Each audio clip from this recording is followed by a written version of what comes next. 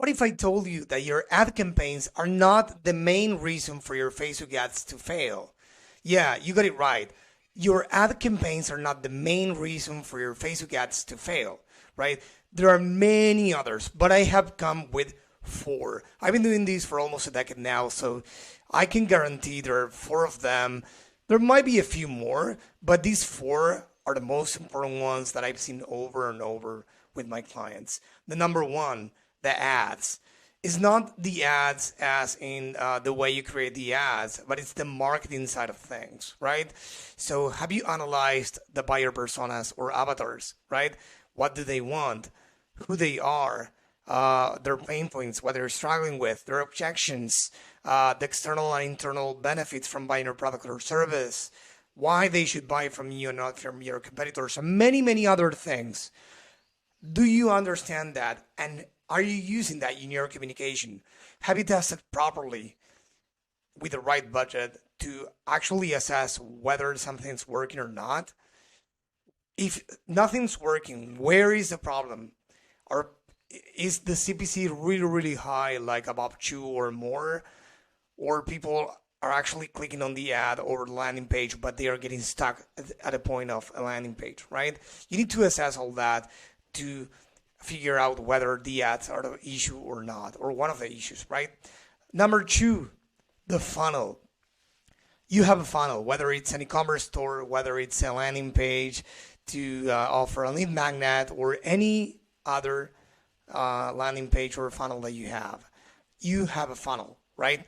And that funnel has a conversion rate, meaning how many converted from the traffic that visited the website or the funnel in the first place, right?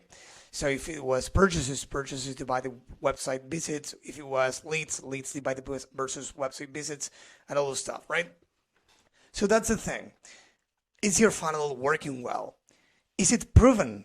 Have you proven that funnel or tested that funnel over the years or over the month on another channel? Is it working well? If it has, does it apply to Facebook ads? Because Facebook ads probably is highly likely you're reaching cold audiences, and maybe this funnel you're, I don't know, targeting your email subscribers. I don't know. But you need to know if your funnel is working well or not. Your conversion rate for the funnel, is it above 1, 2, 3, or is it way below? It will depend, right, for every business, but where is it? You need to know those numbers, right? Number three, the offer. Whatever you're offering, I know your offer might fluctuate over the time because of seasonalities and other things, but you need to make sure your offer is competitive. And of course, right off the bat, you're going to say, yeah, I have a great offer. But then let the pride go away for one sec. Just think about it.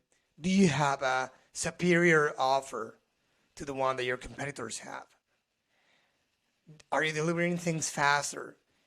Are you cheaper? Are you more expensive, but you're better? Are you communicating that value if that's the case? So you need to actually communicate your offer the right way, not only having a great offer. And that's the fourth one. You need great communication, right? So most people are going to visit your website, your funnel, or whatever landing page you have, and most of them are going to abandon, right? Without buying or combating, right? So you're going to need to follow up with them in a respectful way, but every business does it. You're going to need to follow up with them.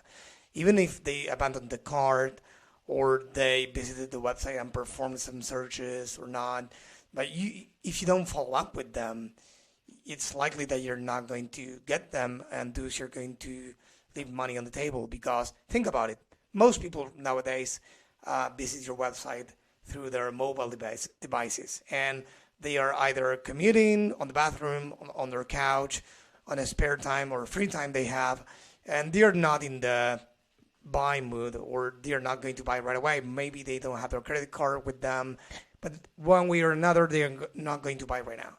But if you follow up, chances are, and it's proven, right? We do email marketing through Klaviyo with many e-commerce brands we work with, and they recover around 10 to 20% of the lost sales. So this is something you should be looking at. And even not for those who didn't buy, but those who bought as well, because they might run out of your product if there's something they run out, or they might want another one, so, or they might want a complementary thing. So there are many things to consider to increase the lifetime value, which is the value that a customer of yours get throughout the years, right? They can consume one thing from you once, and then again and again and again, and that's the lifetime value, right? So as you know, if you're not doing Facebook ads, or you want to do Facebook ads and you don't have a professional team in place to help you, feel free to reach out. We do free audits to make sure we are the right fit.